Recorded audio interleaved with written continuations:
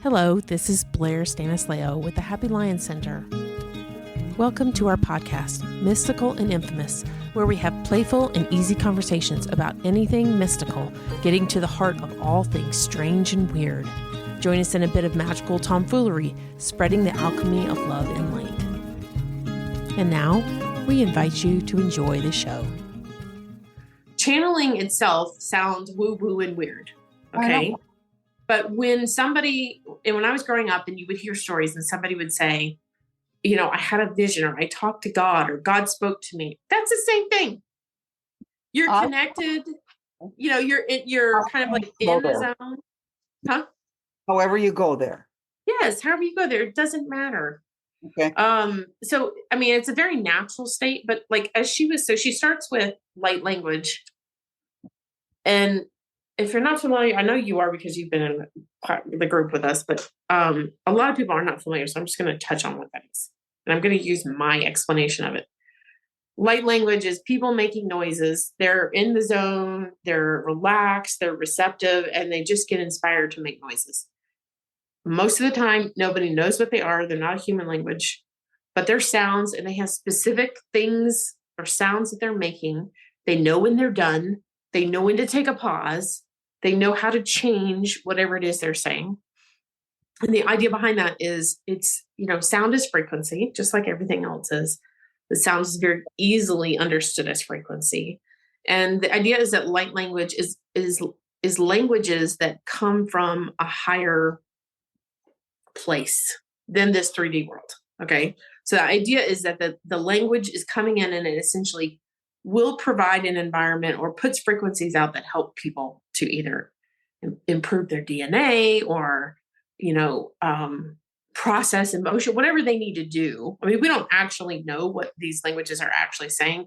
Some people can translate them into the language that they speak. So in our group, Janelle does light language, and a lot of times she'll do what I like to call something like, there was a movie called Spanglish, which is where Adam Sandler had this Spanish-speaking, I think it was like a maid or a nanny or somebody that came in the house and was trying to help. And she had difficulty. She really didn't speak English very well. So essentially they kind of both learned each other's language a little bit. And so, Spanglish is kind of when you just merge, like you say half of your sentence in English and half of it in Spanish, So anyways, that's kind of what Janelle can do, is that she does the light language. It sound, she has certain sounds that come through, but then a lot of times she'll just translate it. Mm-hmm. And today in class, as this woman was demonstrating and showing and encouraging us to do stuff with her. So I don't know what you call it, but she did some kind of healing or activation thing or something, basically helped us to prepare to be able to learn how to do this. Oh, okay. So it was an opening, like a portal. Yeah.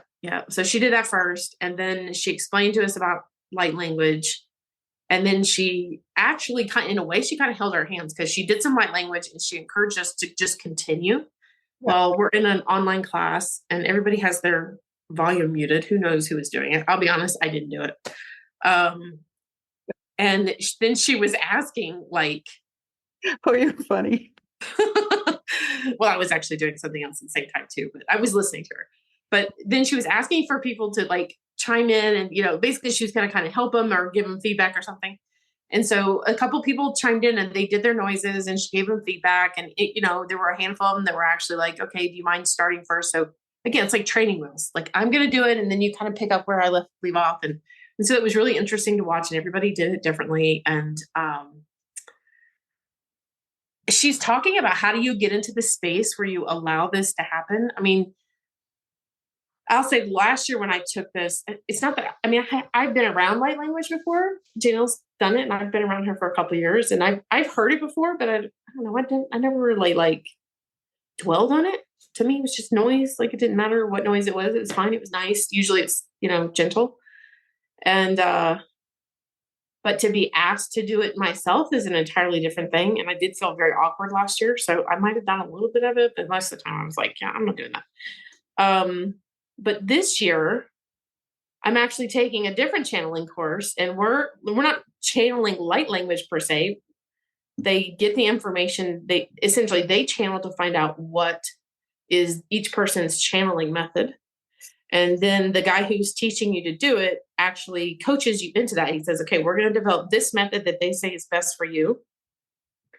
And you're going to focus on that until you figure out how that feels. And once you figure out how that feels, then you can use other methods to get your information. And so we're doing that, and I'm getting more comfortable with that. And as I do that, I'm starting to recognize there are many times in my life, many, many, many, like way bigger than the word many, that I do channel, right? Like it's just normal. It's just like you go into this, whatever, you get in the zone, or you just know something, or you just, you're walking in a store and oh, I think I need to say that. And then you might have a conversation with yourself like, well, I don't understand. And then sometimes it gets loud and it's like, no, you need to go say that to the person. And then eventually you just, okay, I'm going to go do it. And the more you do it, the more comfortable you get with it. But you can start to, Until they know you're a nut. Well, I'm okay being a nut. So like whatever they want to call. Nut, but nut. So anyway, so I'm learning that really I've been doing it a long time, and all I'm doing is kind of learning to identify it as quote channeling. Okay. And so this other lady was giving her class, and she was instructing and trying to help people. And as she's talking about the different feelings that happen as you go through this process and the steps that you do, what she was saying to me sounded like, because she was talking about writing too. We tried to do writing. Like writing? Yes. Automatic writing is a form of that, but you can also channel what they call it is light language. And it can just look like scribbles on the page. Oh, okay. Like it's not actual letters that we recognize. It's not symbols from another language that we know on Earth. It's just different lines that must mean something, just like the sounds must mean something, right? And so it just kind of, in a sense, it just comes out of your hand with a pen in it. Yeah. And so I was asking her questions about that. And my first curiosity for me personally was, okay, I know I'm supposed to write, and I know you can do automatic writing where you just essentially channel the information. But on top of that, I know that for me, for most of my life, because I use writing as helps me to process things, or helps me to say things when I can't get involved in the emotional situation or whatever. But there's also times that I'm writing, and I know that feeling. It's like when I was a teacher, there were times I had to send emails to parents, right? Which could be stressful. Okay. Been there, done that. Yeah. But I had this amazing confidence, and it wasn't like cocky, like I always knew what to say or whatever. I just knew, okay, I'm sitting down to write this parent an email. I know I need to convey some certain things. I know how I want to come across. Okay, we'll see what comes out. And when I did that, and I was just kind of very open to that, I knew, like I instinctually knew what the parent needed to hear. And it wasn't, I mean, I can't say that there's not like a formula, because there is. You always need to praise the child. You need to explain what's good about the child, right? Then you need to explain the situation. As my mother harped on me all the time, you need to say it from an objective observer point of view. You can't say what the child felt or what they thought, but you can say what you saw, right? So anyways, I never had a problem with a parent through email. Or honestly, I would do that too when we'd have parent-teacher conferences. I do that too. I never had a problem with a parent. And over, about 10 years of that, that's pretty significant, because, most teachers at some point have some sort of disagreement with or conflict or something. Yeah. But it's that same feeling. It's that same feeling about knowing, like, I'll do a writing about something, and I'll be asking myself, gee, is that what I really should send? Ooh, that's going to be bad. Or, and then I kind of get in the zone, I write it, and then I'm going about correcting and adjusting things. And then I'm always able to just say, okay, is this what I want to say? Is that right? And then I know the answer. Yes, this is right. Hit send. And so that's the channeling, right? Like that's the way of doing it. So as she's talking about the writing part, the way that she's describing it to me, all I can think of is, why would you write words when you can draw it? Because I'm a visual person, right? Like I do draw, or I did. I've done it a long time. Or create a piece of artwork. But I think that's also a way of channeling. People who get into artwork, it's just that I feel like it's inspiration for whatever you're creating. I like your word, inspiration. Yeah. That And aha. with Wayne Dyer's, I don't know if you've read any of his stuff, but Yes. that one of the things that he talks about is to inspire is to breathe in. So I think he was using at that point to talk about doing breath work to get connected, right? But yeah, to me it was so we just had a conversation, and one thing I did notice as she's talking about light language, and I noticed the lack of responses from the group, whereas the group most of the time, the class that I'm in, most of the time somebody has something to say. Somebody has something to say. Other people have jokes to make. There's always a little bit of conversation to go on. But here we are presented with making weird noises, and all of a sudden we go quiet. I was one of them because I don't have a problem talking, right? But I was like, yeah, I'm not going to get on there and just make weird noises. And then she's talking about it more, and she's kind of describing how it feels to get in these places. And then I was thinking about our Elevate Me Now group. We do some of that qigong. And then qigong, as she's describing what we're doing, and you're doing it, she says a lot of things like one of them, we swing and hit the on the pec, just next to the shoulder, and then the back arm flaps up and hits the back. Well, I mean, I don't know about you, but I was a squirmy kid, and how many times was I told, stop moving, stop wiggling, stop? And half the time I'd be swinging and doing that kind of stuff. Yep.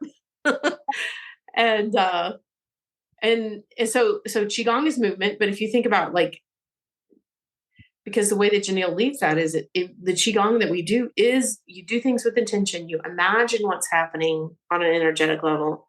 And then you just kind of get in this zone where you play. So you exist in your body, but you're not completely controlled by the mind. Mm-hmm. And think about it. Kids, I'll even say, I know for my kids, I let them do this. My son doesn't do it so much, but my daughter does. And it could be that I just get her sounds better. I mean, I'm sure my son made noises, but they were probably truck noises and loud, things that weren't that interesting to me. But my daughter will make noises. I mean, she's 14 now, almost 15, and she's always just made noises. So I think I've mentioned this maybe before.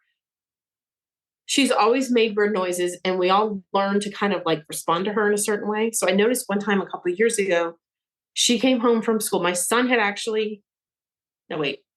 my daughter came home first. We had a brief conversation, and we were in the living room, and we weren't actually talking, but something happened, and she made one of her normal noises. Now, it wasn't English. It was just a noise, and I was sitting there, so I observed it. And to me, it was just normal. That's just the noise you make when something like this happens, or you feel whatever you feel like. I didn't have anything to say to her. My son walked in the door around the wall, so he couldn't see anything. So he walked in from the garage, and he heard this noise, which, if I recall correctly, was a noise that would typically mean, hey, come here, or something to that effect. Okay. He heard the noise and responded to her with words that make sense, okay, for something like, hey, will you come here? But she didn't say that. And I just found that really interesting that he just automatically responded to her, as I would too, okay? And I didn't realize that, through time, as she was young, if she made noises, sometimes I would just make a noise back. Yeah. Okay, we just turned this into a conversation, but it's not actually words. But that's just being in that space is what this woman was talking about. You just get free to do that. But think about, as a child, we're before 7, as they have done tons of research, we live in that hypnotic state where, we really absorbing a lot of stuff. Maybe we're not giving the right responses, but we're absorbing everything that's going on. We're still having emotions. We're still processing things, but we're developing those subconscious patterns. And that's one of those things that we do. And children are it's so easy for them to get in touch with God, or whatever you want to call it, right?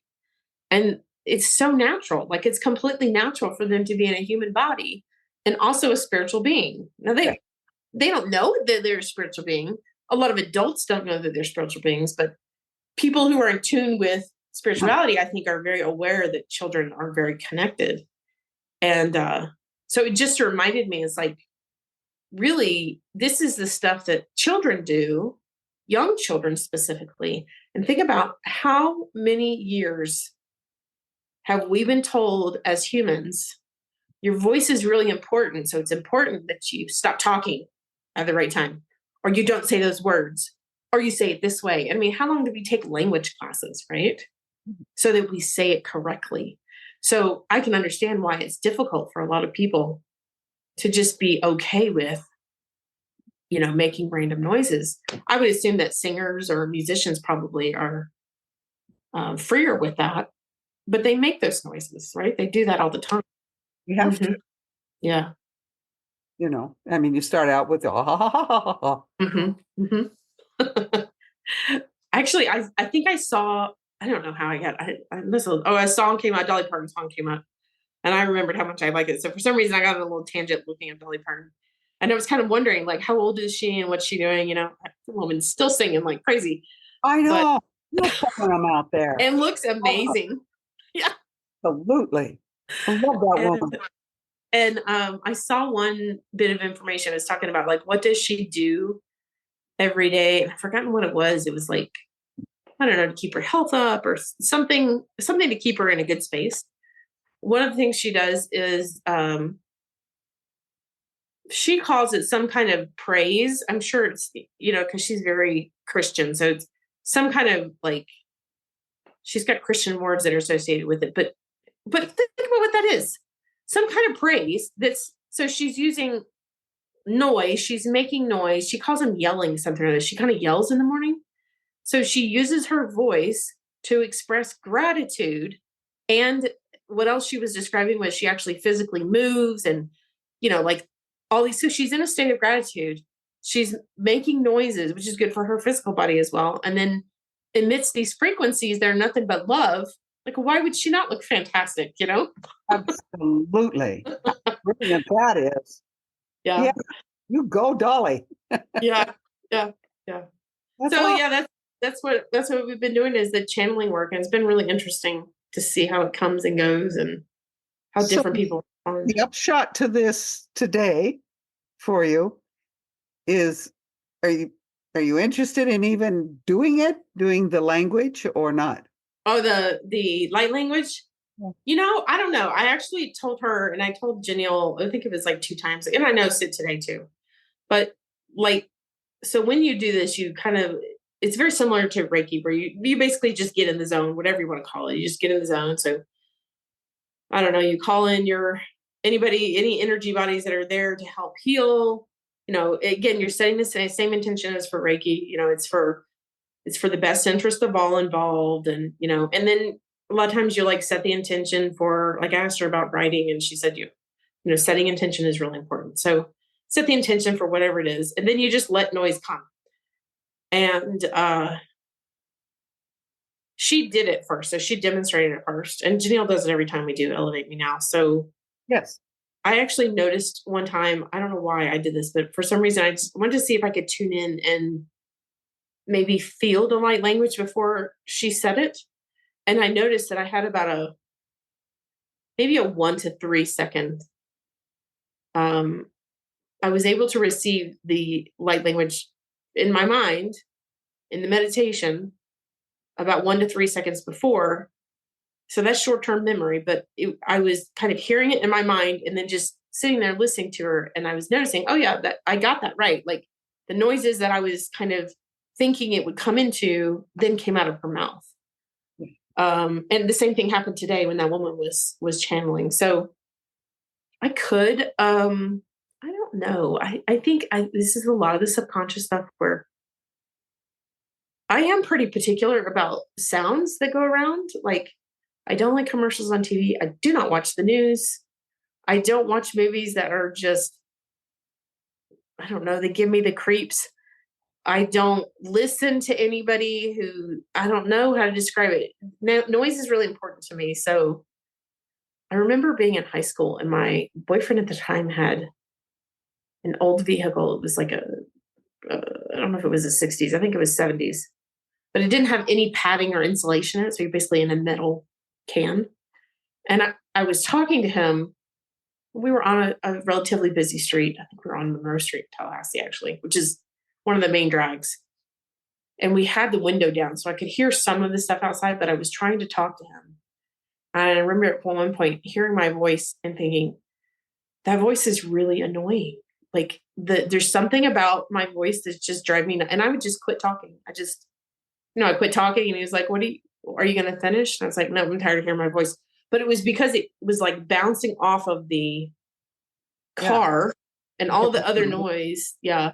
So I don't know that I'm actually going to, I don't know that I'm really going to pursue that. I do find it interesting that it's really just channeling. And it's just a matter of how you want to do it. I appreciate the descriptor because our descriptions, because I've heard this word years and years and years.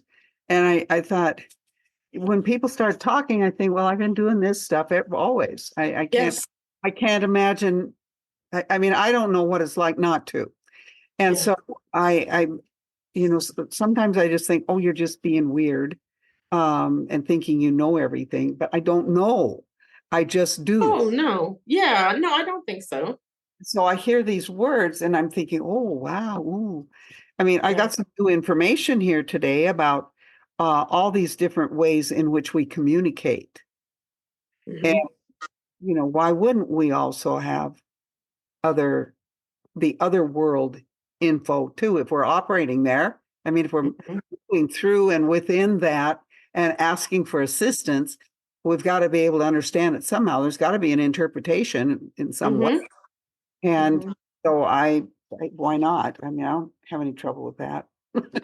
I just know what people meant, because it sounds like something different than I know, but I don't think so. I think you're talking about channeling, like the word channeling just sounds like the word. Yeah, I think it's like well, it was funny because I was watching. Do you know who Bashar is? I don't think so. Let me know. How do you spell it? So this guy there's a guy named Daryl Anka. Somebody said his name Anka. I don't know how you say his last name, but he has been channeling this entity. I think language is so limiting. Anyways, they've named this energy body Bashar. He gave him that name. There's a reason he gave him that name. I think it means messenger. And he's been doing this for 50 or 51 years, like since 1973. Okay. And if you listen to what Bashar says, I tell you, I love his stuff because it is so straight to the point. It's very much like Janelle, like, and I'm sure you're familiar. I'm sure you've been this person. I know you've been this person. It's probably why we connect. But, some people, you'll ask them a question and they'll give you an answer. And sometimes people aren't ready to hear that answer, And usually the answer that you give, if it's one of these answers, is not necessarily what the person wants to hear, but it's also not necessarily really actually brusque or anything. But I think a lot of people think it comes across as brusque because it's not the expected answer, right? Yeah, and there's no argument with it. It's clear. Exactly. Okay, no argument. Like the answer that these people, when they channel, and I know you've done it because you said this stuff too, I've noticed.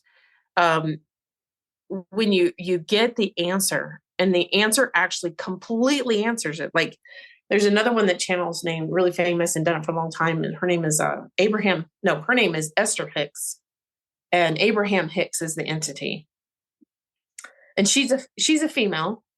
So the way that she presents it is a little more gentle. She's from Texas. So there's a little more, I think she's from Texas.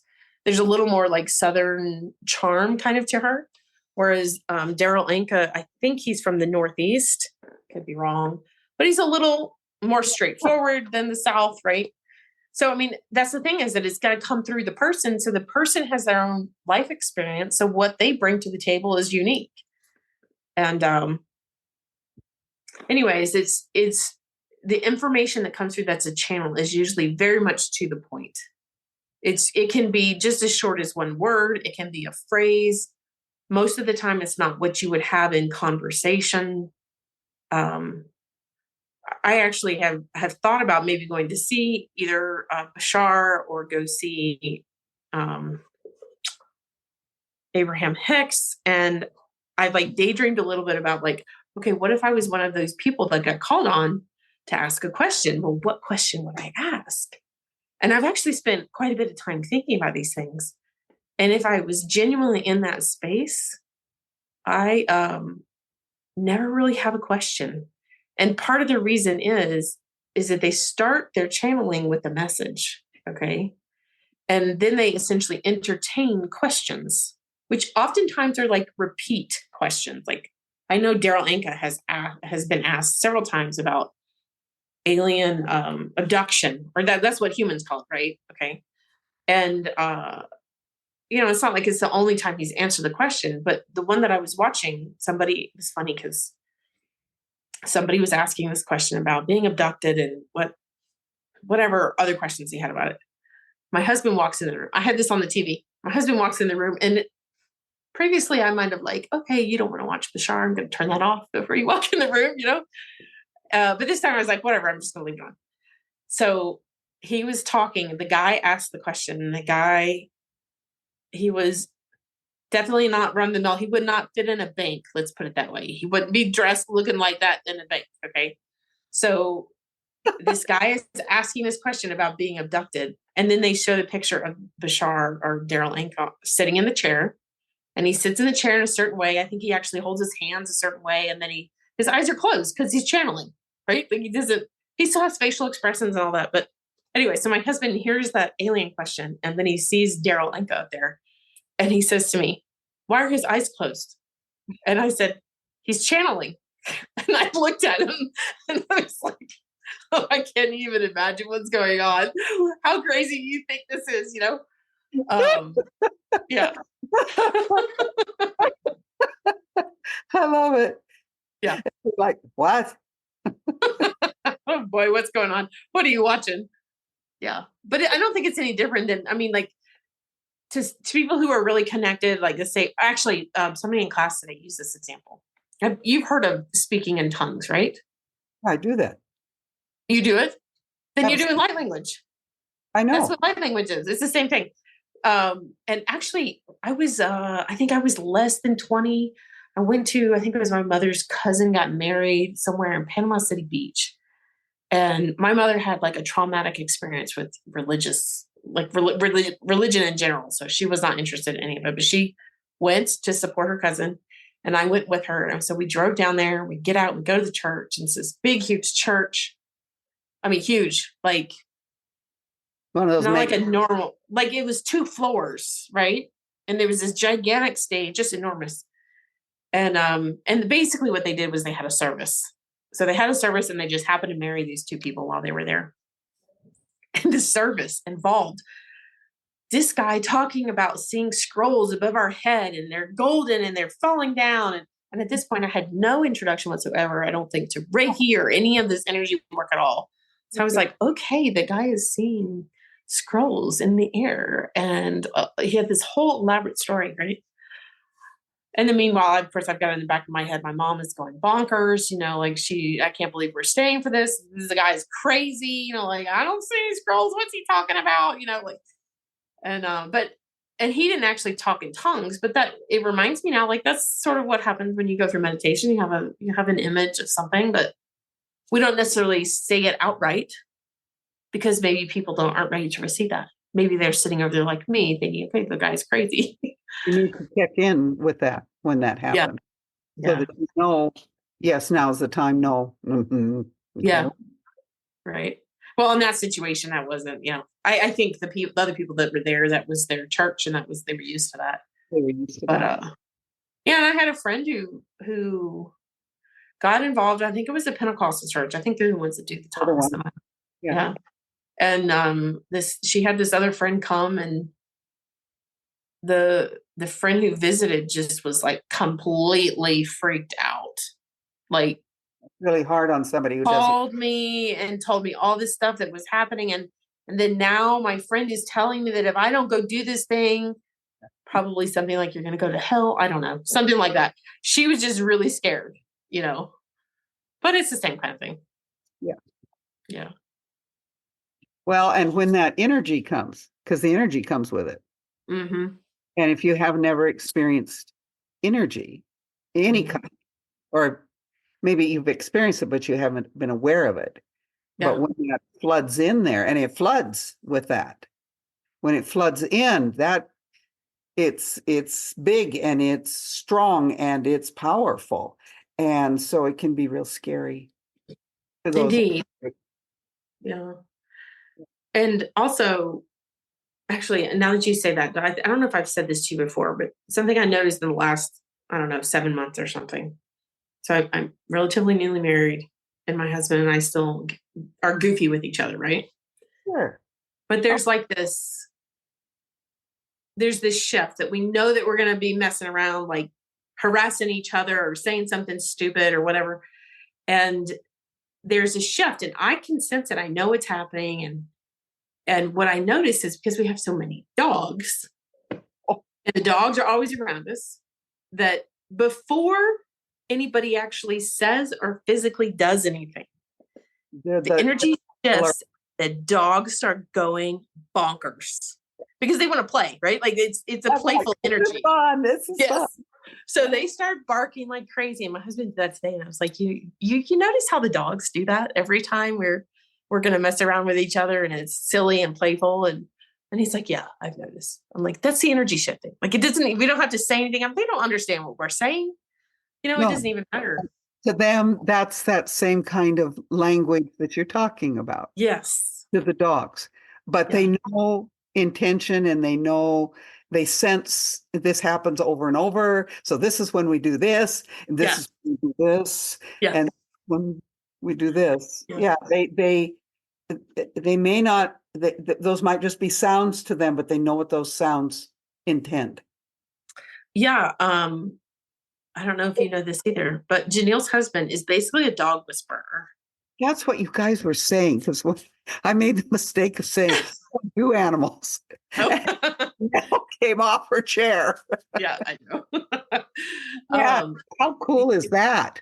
It is really cool. And so he does energy work with animals, specifically dogs. So he'll help people figure out why the behaviors change or how to train the dog. He does dog training. Like it's super, like actually he's going to the internet, I don't know what, world championship. So I think he's going this year to Italy with his dog to compete. I don't know exactly what it is. They just basically have to do tricks and they respond to things.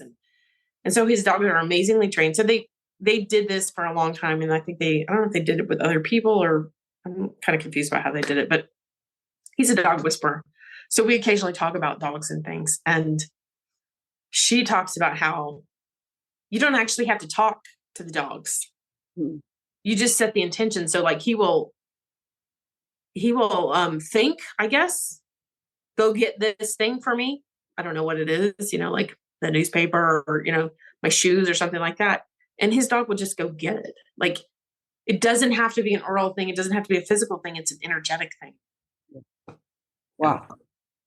Yeah. And what's kind of interesting is you got smart dogs and you got dumb dogs, Mm-hmm. Mm-hmm. They'll get it. They're just like the rest of us. They could be either way, either or anything in between. But it's kind of funny to have that too in your face. I think though that, one time too, they say that about all animals, right? Like the animals can sense energy. And we can too. We just don't know that we're doing that. No, I remember that whole culturally created thing. Yes. Yep. You're right. That damaging by the time you're 7. Mm-hmm. Mm-hmm. Out of you. I can remember being on a walk. This was shortly after my husband died. So I think it was June. My husband died in March, and it was in June. I took the kids on a trip, and I went to go see friends. So I was at a friend's house in Louisiana, and I decided to go on a walk. I think it was a walk. Maybe it was a bike ride. I don't know. But I went down the road, and she lived out in the country. I went down the road, and I turned down another road just to see what it was. And down this road was a house that had a horse in the front yard. And it was a big yard. So this horse was just, going around doing its stuff. And I was just really honestly noticing how beautiful the space was. There was lots of shade, so it wasn't hot, and it was just really peaceful.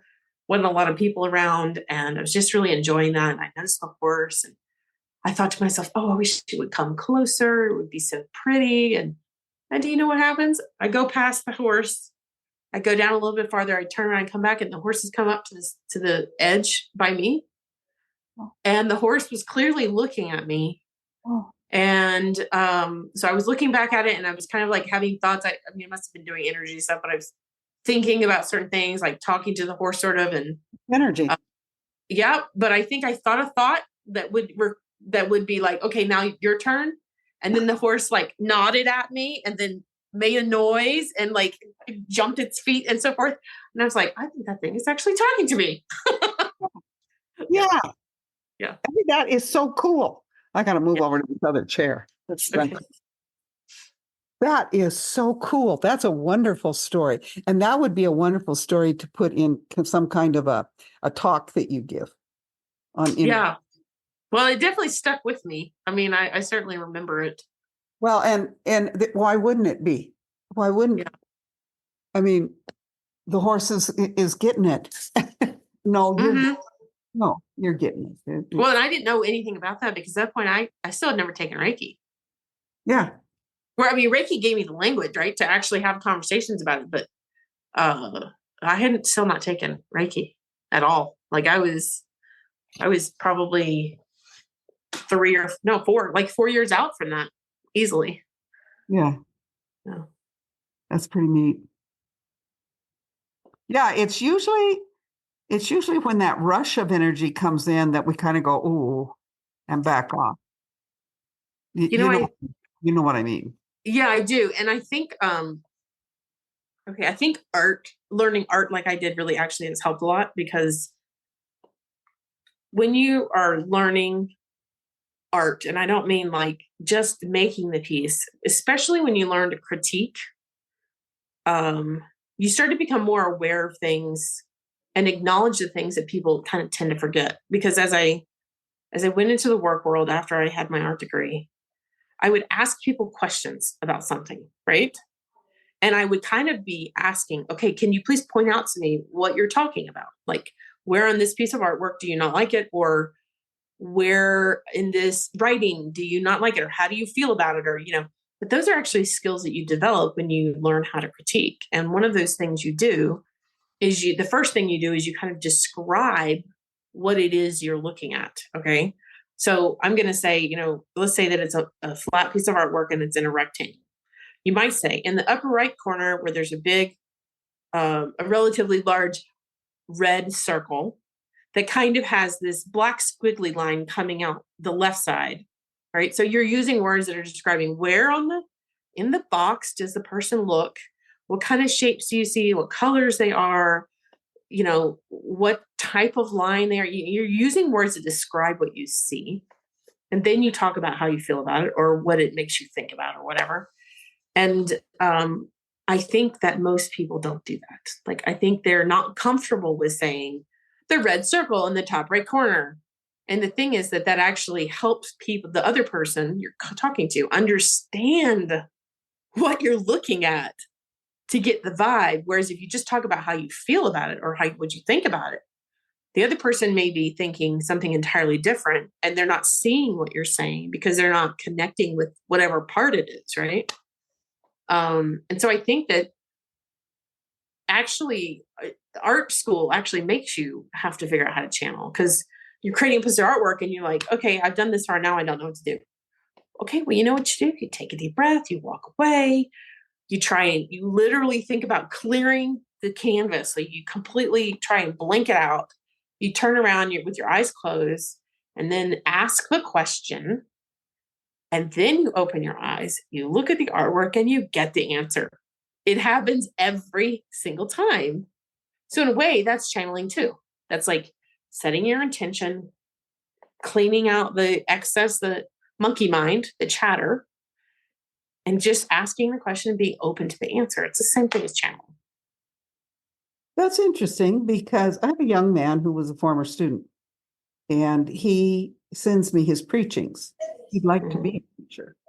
Mhm. And he was sending them to me. I haven't done very good by him this year, but for the last couple of years, I would go over them. The first time I'd just do a read through, Yeah. just get the feel for where he wanted to go with it. And then I would begin building in there the critique. Excellent point. Move this paragraph to the first. Yeah. If you're opening it up for your audience, are you aiming it at everybody in the audience? Or is this a specific group? But I mean, excellent work. I don't have to agree with him. Uh-huh. That isn't my purpose in critiquing. Yeah. My purpose in critiquing is to help him give the best message he has planned to give. And that's what I'm looking for in it. And then just a little bit of rearrangement and a lot of kudos, because it's pretty awesome that he's doing it. And he's just a young man, and he's maybe 30.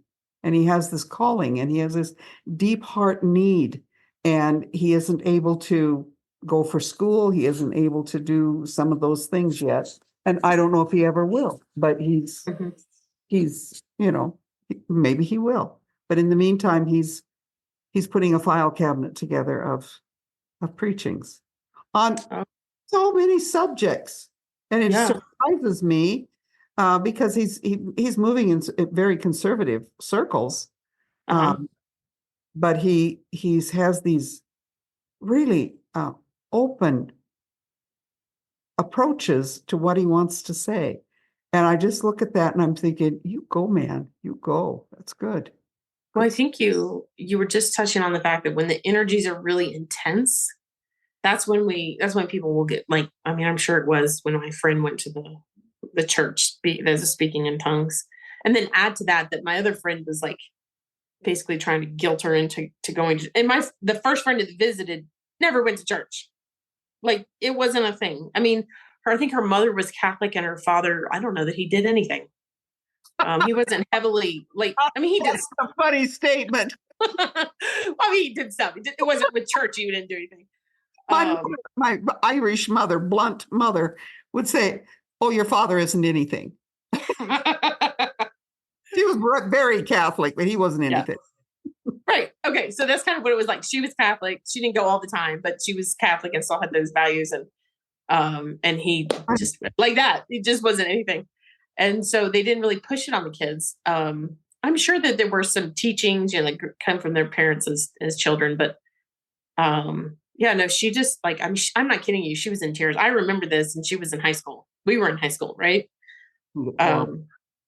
But it's those intense energies. And the reason I said all that about the art was that one of the things is that when you're critiquing, when you're just discussing the success or the lack of success in a particular piece of artwork, you're always going to draw upon what they call the principles of design. So that's like contrast, movement, focus. It's just certain qualities that make a piece of artwork better. Okay. And one of those things there is contrast. So as I've gone through this experience learning what energy is, and I've had many conversations with many people, but also a lot with you about what energy is and how do you tell it is, all right? The main thing I notice is that, people want an answer that's like right or wrong. They want a yes or no. They want a math answer. But like one of the people in my specific channeling group, which is just two other people learning and then the guy teaching, she gets sometimes she'll get like sensations in her body. And a couple of times ago, she was just describing what the sensations were, which absolutely were not answering the question that was asked. But like this time I asked the question and she said, "I'm getting this tingling in my lips." Like, okay, well, I don't know what that means, like other than you're having a tingling in your lips, right? So I love it. Yeah. So then somebody else had a conversation with me earlier about crystals. And we were talking about like, I had gotten this crystal grounded or cleared, or I forgot which programmed, I think they call it. And that was last Saturday. And I went home after that and I had one of the crystals in my pocket And then, I don't know, we were going to go do something. I think we were going to go to the grocery store. And Joe was talking to his daughter. We were in the garage, and I reached in my pocket because I was like, oh, yeah, that crystal's in there. I reached in my pocket and I grabbed the crystal, and I was like, holy cow, that was really hot. And it was a little cool outside. So I walked over to him and said, can you feel how hot this is? And of course, it had been out in my hand, and I thought it might be losing heat like this, but it's still warm. And he takes it and he's like, no, I can't tell. That's not warm. Oh. And it was like way hotter than it would have been even just sitting in my pocket. Okay. Yeah, I gotcha. And, yeah. So an energy. Yeah, it's an energy. And the reason I sense it is because I'm sensitive to that, whereas my husband wasn't quite as sensitive, right? Yeah. And then the same guy who was talking to me about the crystals, he was like, oftentimes, if particles are moving faster, it kind of indicates a higher frequency. Usually you would associate that with being warmer, but I don't think that's always the case. I think some people actually feel colder. Well, it depends on what you need. Absolutely. And here's my comment about that. It's a difference. That's all that matters. It doesn't matter if it's going up or it's going down, because it's not more correct to be hotter or be higher or anything like that. It's just that you're noticing that it's actually changing. And that means you're sensing it. And that's what happens in Reiki when I give a Reiki. Yeah. Yeah. I feel things, but so does the other person. And what I feel, they may not feel. I've had people say, oh, your hands are so hot. And I'm thinking, well, okay, good. I'm glad. But that wasn't what I sensed, Exactly. Yeah. And then other times I'm thinking they're roaring. And how was your session? Oh, so good.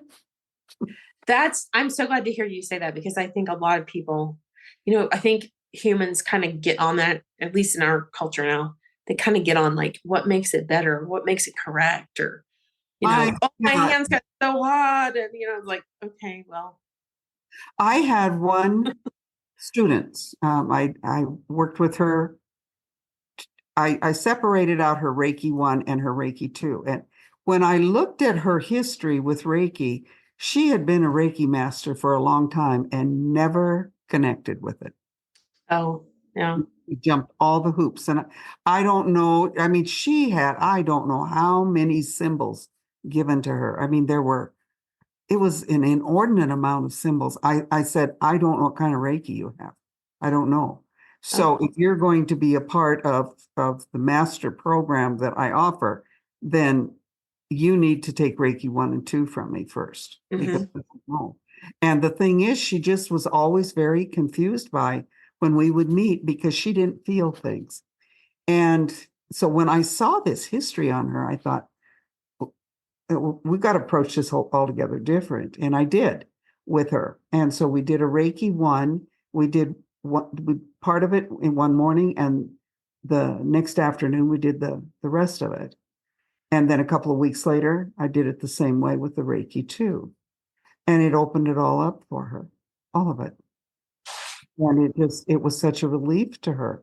But one of the things that, you get in a group and people are just human, right? And this one is saying, oh, my hands get so hot and they stay so hot and I can still feel it and all this. And then this poor woman was just trying to get through whatever it is we're doing, is thinking, I never get anything, that comparison. And an immature thing that we do, but it happened, trying to figure the thing out. Well, I remember one time she turned to that lady. She was just so irritated with her. She said, Kathie, it doesn't matter whether you feel anything or not. But in her case, it did matter in that she had all this training I didn't know she had. And it hadn't activated. And I don't know why. Unless she was in a competitive environment where she was comparing herself and coming out short, because it's going to block you. It just will. And when I did the training, I did her all alone. I had another master come in who she knows, and so she had another voice too. But she didn't have to feel that she was in an environment where she was having to be in competition. Because I think that's interesting. Yeah, well, I think that's common I even think on some levels, sometimes I hear people, honestly, it's just when they kind of go on a tangent and they just go, go, go, go, go, and they're never looking for really any feedback. They're just kind of announcing what it is they're doing. And I'm not saying there's anything wrong with that, but it's like, oh, my hands were so hot and all this was happening and da da da da da da da. Da. And it's like, yeah, it really is kind of discrediting anybody who doesn't feel like that. But it doesn't mean that that person isn't feeling that way. And there is no more correctness to doing it, having hot hands or having cold hands, or it doesn't matter. None of that actually matters. No, none of it. Not any of it matters. What matters is, did the healing take place you were seeking? Or if it didn't, what other healing did take place? Because Reiki goes and does what Reiki darn well pleases. Mm-hmm. We're not in control. And that's the hardest part to learn, I think. I think it is. But I think, something too that I think is actually this is a whole new bag of worms. So I know I've said this to you before. We've had conversations about this because I say it to anybody when I get a chance to. Given that I was not raised in a very heavily religious influenced home, when people throw out words like the devil or whatever, I don't know all the words, but all the words that mean like really bad things, they're going to come and get you or whatever they're going to do. Okay. I have a hard time with those things. And I actually heard Bashar kind of answer this. I'm going to let whoever wants to look it up on their own. But it didn't ever really make sense to me, especially when I learn through Reiki and the description of what Reiki is. And I'm so in sync with it. And it's like, oh, well, what about all these negative things? Like, okay, well, that wasn't my intention at all. So I don't know why we have to go there. But if you have your intention completely set on the highest good for all, then that's what happens. There isn't any interference. If you place all that protection around you, it's going to go. Even the idea of protection. Okay. So there've been comments in our group, honestly, too, about this protection. So if there's a need for protection, then that's agreeing that there's negative or lower or whatever you want to call it, energies that could come in and infiltrate. Actually, Bashar actually answered this. I watched this last weekend, and the way he addressed it, I really loved it, because it was essentially like, if you are allowing so-called negative energy to come into your space, it's because you're allowing your frequency to go down. Right. So essentially you're not holding it up there, which is normal. People have that. Like, it just happens. And I think the protection is a good practice to get into. But if you can just genuinely be in that space of exuding love for all, then the idea is that you don't have that. But as humans, we go back and forth. We come back and we think to ourselves, well, I'm not feeling anything. I must be doing something bad or something wrong, or I'm not doing it right, or I'm not good enough, or whatever these words are, that then lower your frequency. Well, we work with people who do that all the time. Oh, yeah. And that's where I assure them they are protected. Yeah. Well, I think it's important. I think it does make a big difference. And I mean, even aligning the chakras. You are at so many different places with an understanding about the word spirituality. Like, I asked you today, let's go with this channeling. I would like to understand better what it's, how it's used, because I guess I was thinking it was one thing and I was missing the point. What were you thinking it was? I'm curious.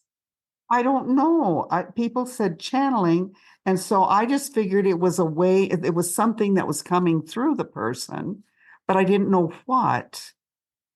And that they had that thing that was coming through. And so I just didn't know what it was. Well, it's just it's simply our spiritual experiences that we're tuned into, and they talk to us. Yeah. But I didn't get that. I mean, I thought it was a thing. Oh, like something like they're calling something in and it's kind of part of them. Well, I'm not even sure because it seems like people who use the word channel are ones who have found out something when they were a child, and then they had this second sight in a particular way that would only be channeling. I'm curious to hear more. That's about as good as I can give it because I don't know. But now I understand that we all have it. Come Yes, on. Are we that's the plugging in key. or We not? do. I mean, Yeah. I just didn't know. Oh, actually, that brings up. So that's another thing. Another reason why I don't usually harp on the negative energy so much is that this is one way I would say I can tell if somebody's channeling per se. The messages are just like Reiki messages. They're negative. They're never negative. Like they're never judgmental. They're never hurtful. They're never too much for the person to hear. They're always just the perfect amount. And they're always, if you want to say preaching, they're always preaching love. So they're essentially they're in alignment with the frequency of Reiki. It just happens to come through whatever it is. So that's a huge indicator of what it actually is, which is, funny with my husband walking in the room with the guy asking about being an alien or whatever, being with an alien or whatever we want to call it. Yeah. I can still see it in my head, his face, like, oh Lord, should I turn this stuff off? But it's, my kids have always been around me, and they're my boys. And it isn't that they aren't believers in that other world. They are. There isn't one of them that doesn't have that sense of being connected there. Okay. But they've always been around me. And hand me the phone. It's one of yours. One of yours? What do you mean? It means the person is only for me because of the way I interact with other people. Mm-hmm. But there's this. They're very patient when I'm talking about something because I don't. It's not anything. It's a big secret. Yeah. And it'll be like, sure, Mom. I hear you. Mm-hmm. But when it comes down to something that's very important to them, like when their father was dying and their sister showed up in my bedroom on 2nd Avenue North over here, and I'm putting away my underclothes. And I say, hi, Jack, what are you doing here? Because she's on the other side. And I hadn't seen her for a long time. And she said, oh, I was just in the neighborhood. So I stopped by to let you know I'm here for Dad. I said, well, that's a good thing because Sean tells me he's having trouble leaving. And that he thinks he's afraid. And she said, well, I'll be right there when he's ready to go. And I said, good, because they were best buds. Becky and Don were best buds. Anyway, but I thought it was so funny because she says I was in the neighborhood. Don was dying in Billings. Now let's clarify. How far away was that from you physically? I mean, it was just like an instant for her. I was in the neighborhood. Yeah. But when I told the boys, that she had come and that she was going to be there, all of them were comforted by that. And Jerry, the oldest, who is probably he's the military boy, that can tell you a little something. But he said, Mom, can I tell Dad? I said, yeah, but maybe you don't want to mention it came from me. Yeah. Yeah, I do find it interesting when people are really kind of pushed or something is really important to them. They're willing to go to that spiritual side. Yeah, and that side is the side they know. It's the Catholic side. Mm-hmm. That whole, when we talk about spirit guides and all of that, that's all my life. It's the saints. There isn't a saint out there that isn't assigned a particular job. And so you pray these little prayers for them to intercede for you from their side, but you ask them. You don't. I mean, it's the same thing with Reiki. You ask for the help on the other side because they will not move unless you invite them in. They always respect your will. And I've always known that. I mean, at first I was hearing all about spirit guides. And I thought, wonder what that means. I mean, this whole boogly world is it finally makes some sense. I mean, it's taking me my lifetime, but I've only been around Reiki for 20 years. But I have all of this background that has told me all about spirit guides. Yeah.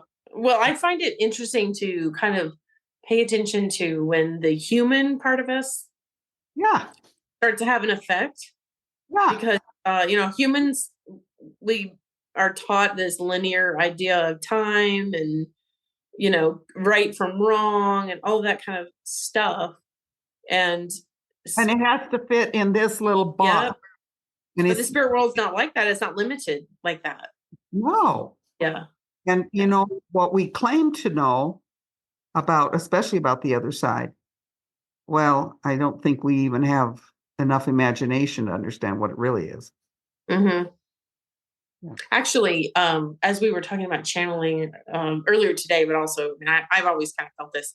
I actually had another person just hypnosis. I was talking with her. She did my first hypnosis session. And she's actually written a children's book. And I don't remember what the children's book is about, but it's essentially, it really is telling the story of the interconnectedness, the oneness idea, the oneness principle. Okay.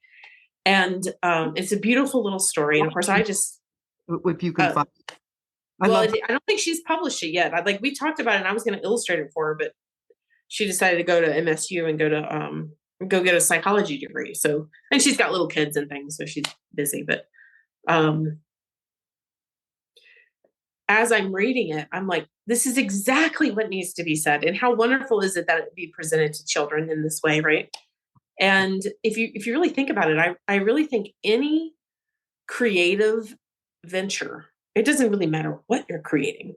Any creative venture where you're connected in that way, you're still going to have traces of that. Okay. I mean, if it's got any depth to it at all. Yeah. And so, and that's kind of what I'm drawn towards. So I guess what I would say, earlier when I said, don't listen to news or whatever, the stuff that I'm interested in watching and learning about is stuff that's connected in that way. It's connected to love. It's connected to presenting information in a way that opens people's minds instead of shutting them down with fear, right? So if it's fear-based, I'm not interested. But if you think about it, you can find any number of music or movies or artwork or any dance, anything that inspires people. And that is connected. Whatever they did to create that is a channeled experience for people. I love your word inspiration, because that's probably the best descriptor I have taking away from today for channeling. Yeah. It's inspiration. Yeah. Thank you for that. That's a good way to describe it. Inspired to do whatever you do.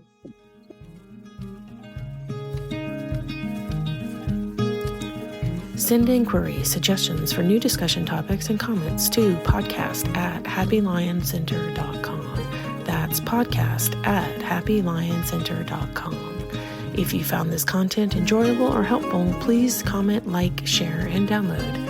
Donations are appreciated and help us to produce more of similar content. Consider making a contribution at the links in the description box. Your support is greatly appreciated.